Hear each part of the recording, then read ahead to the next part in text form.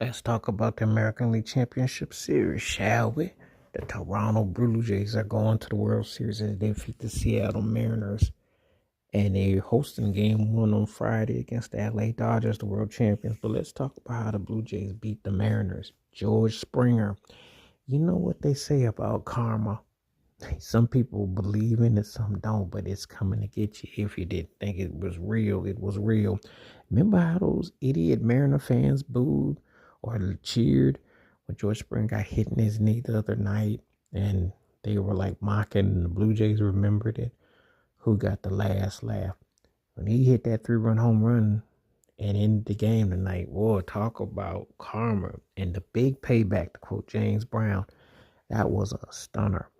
Now, if I told you that Julio Rodriguez and Cal Riley each hit home runs for Seattle, you think they're going to win. And they were up. But something told me Toronto was going to get this game. I don't know why.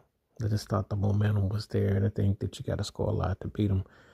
This was one of the first times, I think, ever that a team had come back by multiple run deficits in the seventh inning or later and won. So talk about the karma, come about somebody not liking the way your attitude was and being funny time. This was huge. This was a very impressive win by Toronto.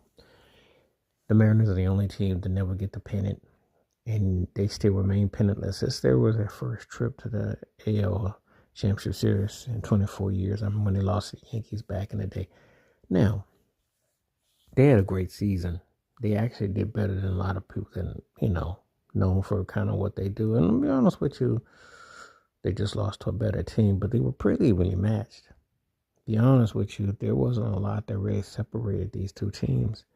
It just came down to, it's kind of appropriate that the game ended 4-3 in game 7. Kind of was symbolic, But if you're a Mariners fan or if you're a Mariner, this is going to sting for a long time because to be so close. And this is why when I got asked, and I usually get asked about professional sports, which sport is the toughest to win a chip in, I always say baseball, because baseball is the only sport I know where you can have greatness and you might not ever get to it.